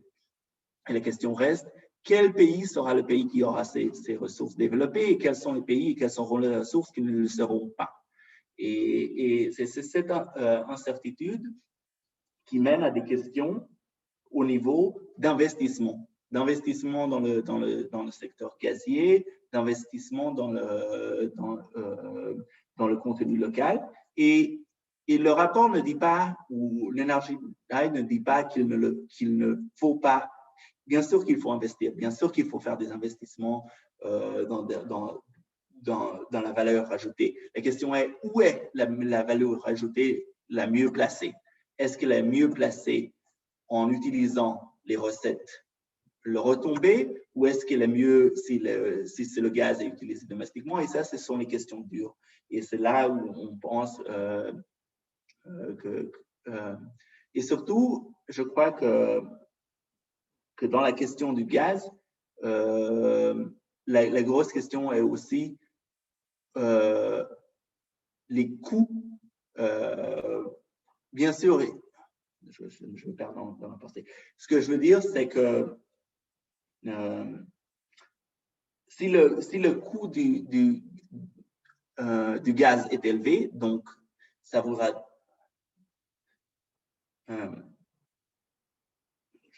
excusez-moi, je vais laisser ça là. Je voulais aussi toucher sur 2 autres aspects et après je vais laisser Hervé continuer là-dessus. L'une est la question qu'est-ce qui arrive après le rapport. Et je crois que le rapport est bien sûr une première étape pour NRGI, mais j'espère pour nous, pour moi aussi. On n'a pas parlé tant de nos recommandations qui sont dans le rapport, mais certaines de ces recommandations touchent à des lois qui sont encore en circulation et on espère que, par exemple, la loi de partage est une question comme ça. On espère que ces recommandations seront pertinentes et pourront aider le développement de ces lois. Une autre partie de nos recommandations touche à des questions de transparence et de questions de publication de rapports annuels, d'audit et des choses pareil. Et ce sera un travail de suivi. J'étais heureux d'entendre Demba parler des attentes de la société civile qui touchent à tous ces aspects au long de la chaîne. Et nous aussi, on va lancer notre index de la gouvernance des ressources naturelles qui va aider le monitoring de ces publications, on espère. Donc voilà, je vais m'arrêter là, mais c'est juste pour dire on espère que les priorités, j'étais très heureux d'entendre que les priorités identifiées sont, on est d'accord là-dessus, même si il faut que j'avoue que le contenu local est un sujet dont on a parlé moins. Et j'étais heureux d'entendre surtout Mustapha et Demba parler du travail qui commence maintenant au sujet du suivi et des lois qui sont toujours encore en train de préparation. Très bien, David, merci. Will, je pense que tu avais puisé, tu ne voulais pas revenir sur autre chose, hein, avant d'aborder maintenant les questions des participants. Je voulais m'assurer que tu ne voulais pas ajouter autre chose. Non, merci, Okay. en fait. Très bien. Interpellé sur le contenu local, effectivement, nous avons, le Sénégal est l'un des rares pays qui a certainement tiré des leçons justement des pays aussi bien producteurs de pétrole et de gaz que de produits miniers, qui a très tôt développé un mécanisme de contenu local en montant une plateforme de mise en place entre les entreprises pétrolières et gazières et les entreprises locales, nationales sénégalaises, qui fonctionne plutôt, c'est-à-dire que les entreprises pétrolières et gazières lancent des appels d'offres et les communiquent sur une plateforme qui permet, lorsque les entreprises locales se connectent, de connaître les marchés qui existent et de se préparer et de soumissionner si elles en ont les capacités. Alors, c'est un mécanisme en émergence, c'est ce qu'on appelle la bourse de sous-traitance en réalité, même si elle ne s'appelle pas comme ça au Sénégal aujourd'hui. Ce mécanisme-là aide déjà un certain nombre d'acteurs à soumissionner à des marchés lancés par des sociétés, par des compagnies pétrolières et gazières. Et ça, c'est vraiment nouveau dans le sens où beaucoup de pays se lançaient dans le pétrole il y a 10 ans sans y penser du tout. Et les compagnies pétrolières et minières et gazières étaient dépendantes d'une certaine manière de leurs approvisionnements venant de l'étranger et continuaient à cultiver cette dépendance-là au détriment justement du développement des chaînes de valeur à l'intérieur des pays. Le Sénégal a commencé la mise en place de ce mécanisme-là, est en train de compléter son dispositif institutionnel avec, comme vous le savez, déjà la loi, ensuite le décret, ou bien en tout cas l'élaboration lancée ces derniers jours, je crois que c'était il y a 1 ou 2 semaines, du mécanisme d'élaboration de la mise en place en fait de ce mécanisme de contenu local aussi bien dans le secteur minier que dans le secteur pétrolier. Donc, ce sujet, lorsque nous échangeons avec les autorités, est pris très au sérieux puisqu'il correspond à une demande locale très, très forte. Mais nous avons produit un rapport récemment qui porte sur la transformation, en fait, les liens domestiques aval ou amont. Là, on parle du contenu local qui concerne les liens domestiques amont, c'est-à-dire ceux qui fournissent le secteur pétrolier ou gazier. Mais le rapport portait sur les liens domestiques aval, qui font là le lien avec Gas to Power. Comment on transforme? Est-ce qu'il est plus intéressant de transformer localement ou bien d'exporter brut? La question n'est pas simple, mais pourrait être évidente pour beaucoup de dire qu'on va transformer localement parce que ça crée de la valeur, mais ça peut créer aussi de la dépendance vis-à-vis d'un secteur dans lequel les différents pays cherchent à se désengager dans le cadre de leur stratégie de transition énergétique. Avec cela, je réagis aux questions de Francis Ondobo, par exemple, qui, parlant de la mise en place de la chaîne de valeur dans le secteur, le Sénégal a-t-il déjà pensé à la mise en place de structures de stockage de produits raffinés? de stabilisation des prix des hydrocarbures, dont on connaît la sensibilité sur le climat social. Qu'est-ce qui est prévu dans les programmes de formation, dans les nouveaux métiers qui vont naître? Le Sénégal a créé l'INPG, l'Institut national du pétrole et du gaz. Même s'il faudra évaluer l'efficacité sur la durée, c'est une décision forte qu'on n'a pas observée dans d'autres pays et qui clairement positionne le pays dans la capacité de développer les compétences qu'il faut pour servir l'industrie au moment où il faut. Maintenant, il faudra voir si sur la durée, ce défi-là est atteint, mais au moins cette école existe et a commencé à former des Sénégalais pour l'industrie pétrolière et gazière. Alors, je vais parcourir un certain nombre d'autres questions parce qu'il y en a beaucoup. Il y en a une à Charles qui a parlé de l'engagement de la Banque africaine de développement. Je vois qu'il a déjà répondu dans le chat pourquoi la banque n'intervient pas beaucoup dans le secteur pétrolier et minier à la différence d'autres pays.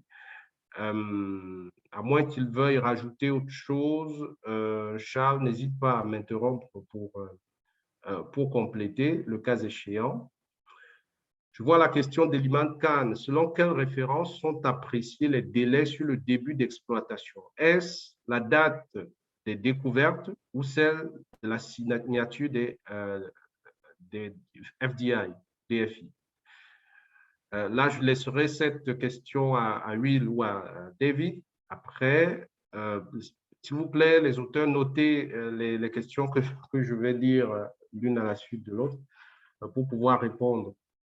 Alors, le rapport traite-t-il du conflit entre les pêcheurs et GTA du fait de la perte sans compensation de leur zone de pêche de prédilection, pêcheurs à la ligne et les petites pirogues? Ça, c'est une question de Babaka Diouf.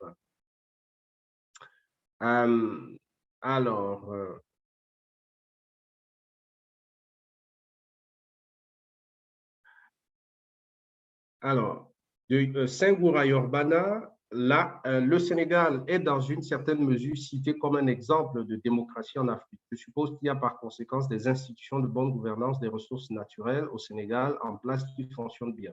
Quel est donc le risque ou la probabilité que le Sénégal puisse encore tomber dans les erreurs ou les pièges de la malédiction des ressources naturelles?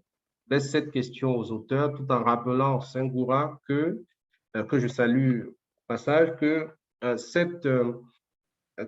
NRGI va publier dans les prochaines semaines, début juillet, un rapport sur l'état, l'indice en fait de gouvernance des ressources pour évaluer en 2019 et 2020 quel est l'état, à fin décembre 2020, quel est l'état de la gouvernance du secteur pétrolier d'une part et du secteur minier d'une part. Cela fera également l'objet d'une publication et probablement d'une présentation comme celle-ci.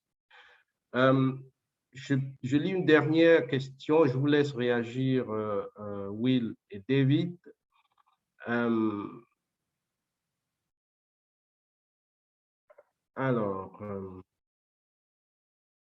D'après les autorités, c'est une question de Moussa Sarr, d'après les autorités, les revenus qui vont être générés par le projet pétrolier et gazier ne représentent que 3% du PIB, moins que les impôts et domaines ou la douane. Quel impact réel pourrait avoir l'exploitation pétrolière sur l'économie au Sénégal? C'est une question très large, mais je vous laisse apporter des éléments que vous pourrez développer à ce stade. David, Will? Je vais commencer. Merci pour toutes ces questions. J'en vois beaucoup d'autres. Donc, si on n'a pas eu le temps de répondre à tout, on sera disponible par email aussi.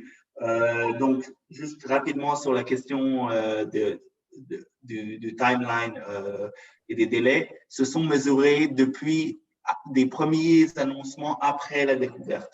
Donc, pas la signature des contrats et pas la DFI, mais au moment où les compagnies font leurs premiers annoncements de timeline. Et c'est vrai qu'après avoir sécurisé l'investissement, on voit beaucoup moins de délais. Beaucoup de délais sont au niveau de trouver le financement. C'est là où beaucoup de décalages arrivent. Donc, ça. J'ai vu une question sur les réserves dans le chat. Je vais juste répondre là-dessus. Dans nos calculations, on a juste pris en compte les réserves de GTA et de Sangomar qui sont dans la phase 1, donc les réserves qui seront développées. Il y a des ressources bien plus larges qui ont un potentiel, mais quand on compare la taille des réserves et des recettes que le Sénégal peut compter sur, on n'utilise que cela. Et je crois que ça, c'est une des leçons qu'on tire de l'expérience internationale, où beaucoup de pays ont utilisé des scénarios, et il faut, comme Valérie le disait, les scénarios, c'est bien, il faut faire plusieurs scénarios, mais les scénarios sur lesquels on mise le budget ou les scénarios sur lesquels on mise les dépenses ou les prêts que le pays font, il faut choisir des scénarios qui ont plus de sûreté. Et c'est pour ça qu'on utilise cette approche de regarder les phases déjà financées qui sont en cours. Voilà, juste peut-être sur la question très grosse sur je crois que le fait que les recettes sont petites ou pas petites, elles sont grandes, mais elles ne sont d'un point de vue macroéconomique, elles restent à moins de 3% du PIB. Ça veut dire que beaucoup de risques qu'on peut lire sur la malédiction des ressources ne sont pas applicables au Sénégal. Donc, on n'a pas parlé de tout ce qui n'y est pas dans le rapport, mais le rapport ne parle pas du syndrome hollandais, elle ne parle pas de la bousculation au taux d'échange ou d'autres phénomènes qu'on observe dans des pays comme l'Algérie. Voilà, exactement, parce qu'on croit que ce ne sont pas les principaux risques à se préparer. Et certains pays pensaient que les mêmes problèmes que la Norvège ou l'Algérie seront les problèmes qu'ils auront, mais comme on parle donc c'est un peu, ça touche. Merci pour la question parce que ça nous permet d'élaborer à cette distinction qu'on fait dans le rapport en disant il y a des problèmes qui font partie des malédictions de ressources, mais qui ne sont pas applicables au Sénégal. Et il y en a d'autres à laquelle il faut se préparer maintenant. Voilà. Je laisse Will répondre à d'autres questions. Merci David. Je pense qu'il y a deux questions à laquelle je vais répondre. La première est cette question par rapport au conflit entre les pêcheurs autour de la région du projet de GTA et les compagnies à cause de l'effet négatif du projet sur les opportunités pour pêcher. Oui, le rapport n'évoque pas ce défi et c'est peut-être un vrai problème. C'est un problème qu'on voit dans plusieurs pays qui sont riches en ressources pétrolières ou en ressources naturelles en général, où il y a des effets négatifs sur la communauté locale, peut-être sur l'environnement ou dans ce cas-là, la possibilité de pêcher. D'autres pays réagissent à ce problème en essayant d'encourager soit peut-être d'encourager le contenu local dans le domaine géographique autour du projet, ce qui peut compenser la perte d'emplois dans le secteur pêcheur avec d'autres emplois. Ou de même d'avoir une répartition de revenus sous-nationale pour donner peut-être une part des recettes aux communes dans les régions qui sont touchées par ça. Oui, je pense que tous ces deux réponses à ce problème pourraient être utilisées au Sénégal et je pense qu'on va peut-être analyser la question du contenu local dans notre rapport qui va venir. Oui, mais je ne veux pas trop dire sur le sujet comme on ne l'a pas analysé dans ce rapport-là. Il y avait aussi une question sur les capacités techniques au sein de l'État sénégalais et si c'était assez pour faire face aux challenges dans le secteur. C'est pas encore une fois de plus, c'est pas quelque chose qu'on a vraiment analysé dans le rapport, sauf sur deux points précis. Le premier est sur le contrôle des coûts des compagnies. Et dans ce point-là, comme c'est un nouveau secteur pour le Sénégal, à part la production assez petite de gaz qui continue jusqu'à maintenant, peut-être qu'il serait bien une bonne idée de renforcer les capacités de l'État, de Petrosen, de pouvoir juger si les coûts qui sont soumis par les entreprises sont frais ou pas. Je sais que oui, l'État a embauché une compagnie pour faire ces audits, mais il pourrait bien, selon les autres littératures, il pourrait bien avoir des avantages d'avoir ces capacités au sein de l'État. Le deuxième domaine où ce serait peut-être une bonne idée de renforcer les capacités serait au sein du fonds souverain oui, le fonds intergénérationnel qui fera partie de fonds 6. Et on sait déjà qu'il y a des capacités techniques au sein de fonds 6 pour les investissements dans l'économie sénégalaise, mais le nouveau mandat du fonds après qu'il commence à gérer les revenus pétroliers et gaziers sera un peu différent de son mandat maintenant, ce qui se focalise sur le développement local, d'aider les entreprises sénégalaises, mais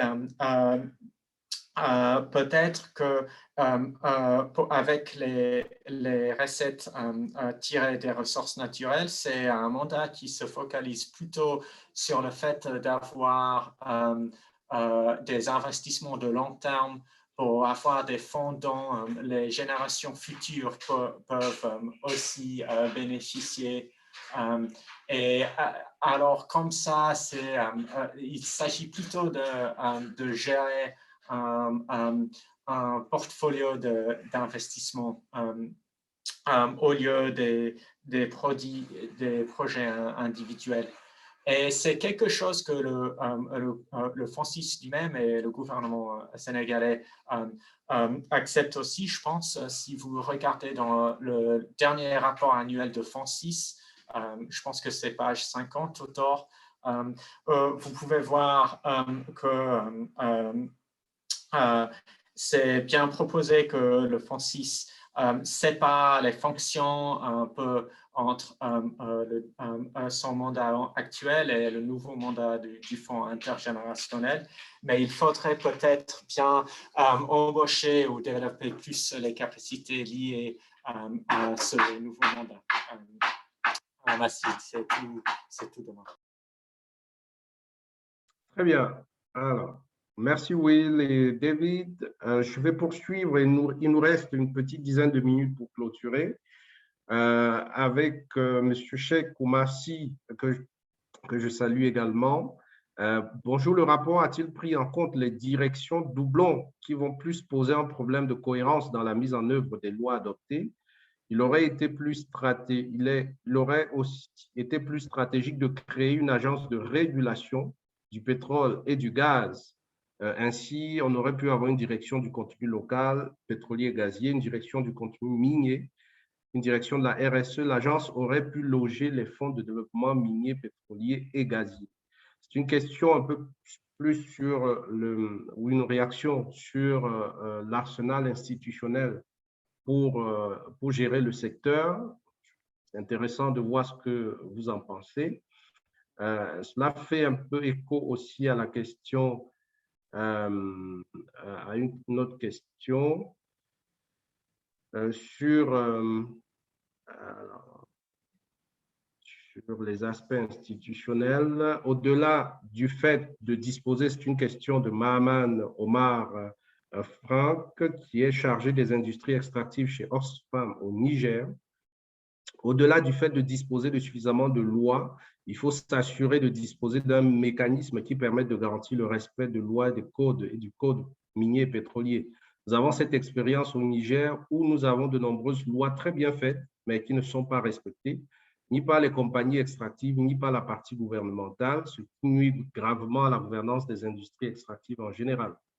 Je rebondirai là-dessus, Mahaman, pour souligner que l'indice de gouvernance des ressources de NRGI, je l'ai dit, va être publié début juillet pour ce qui est du Sénégal sur les mines et le pétrole, mesure à la fois les règles et les pratiques, justement, pour comparer, pour s'assurer que on ne couvre en termes de gouvernance, on couvre les aspects à la fois institutionnels et les aspects de mise en œuvre effective. Alors, donc, notez ces points, David, ce sera probablement vos dernières réactions avant que nous clôturions. Alors, il y avait une question sur les conflits entre les pêcheurs et sur des questions de compensation, mais en fait, ce n'était pas le sujet véritablement du rapport. Mais si vous avez une réflexion par rapport à cela, sur les questions de compensation par rapport aux pertes des zones de pêche, Babacar Diouf en sera certainement ravi. Je vous propose d'en rester là pour les échanges. Je pense que ça aura été très, très riche. Je vous laisse faire une dernière intervention pour clôturer ces échanges qui, en fait, ouvrent plutôt une nouvelle, des axes de coopération avec les uns et les autres au moment où nous lançons le programme de NRGI au Sénégal. David, Will.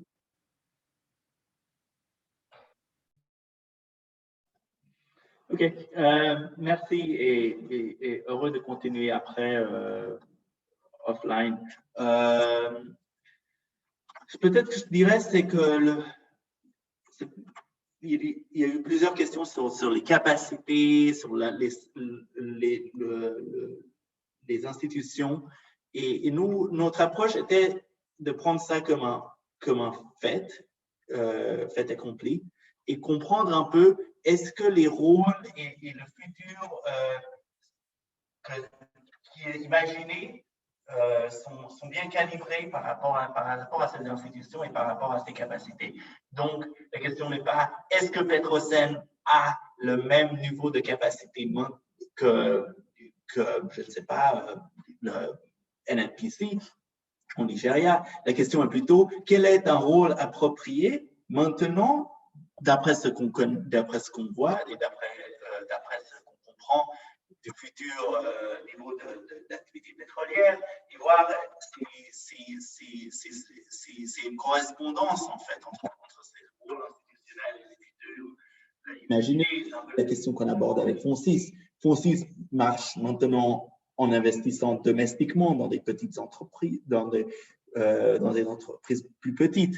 Et est-ce que ce même rôle pourrait marcher avec bien plus de revenus pétroliers? Donc, c'est un peu… on n'essaie pas de faire de changer, de complètement retourner les institutions et les replacer avec quelque chose de nouveau. On essaie de comprendre si ce qui existe est bien aligné et fait partie d'une vision bien alignée au futur pétrolier qu'on trouve, qu'on pense est le scénario le plus probable, on va dire comme ça.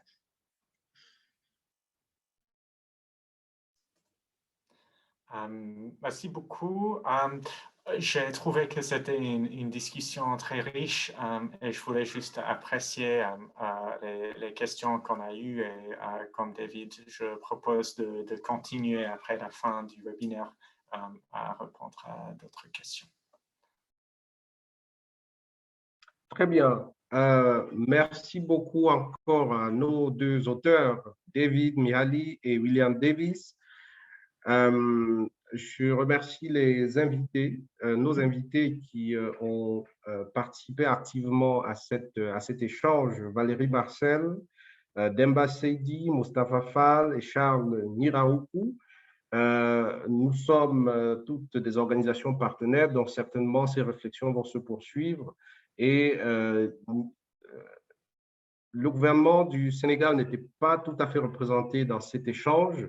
Il n'a pas été possible de les avoir avec nous, d'avoir le ministère du pétrole et de l'énergie cette fois avec nous, mais certainement, ce n'est que partie remise parce que par ailleurs, le ministère a réagi promptement à nos sollicitations et apporté des critiques constructives au projet de rapport. Donc, nous allons poursuivre les échanges avec le gouvernement. Nous saluons Osiwa qui a financé cette recherche et qui continue à soutenir le déploiement de NRGI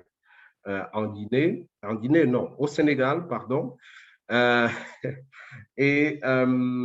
Alors, le prochain rapport de NRGI va porter sur la gestion des revenus, où nous allons rentrer un peu plus en détail sur le projet, la manière dont justement les revenus vont être répartis.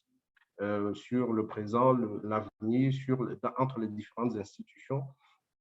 Et alors, j'ai souligné pendant nos interventions le rapport sur l'indice de gouvernance des ressources, aussi bien dans le secteur minier que dans le secteur pétrolier, que nous allons produire d'ici la mi-juillet et qui fera l'objet aussi donc d'un échange en live comme ça avec vous, si vous le voulez bien.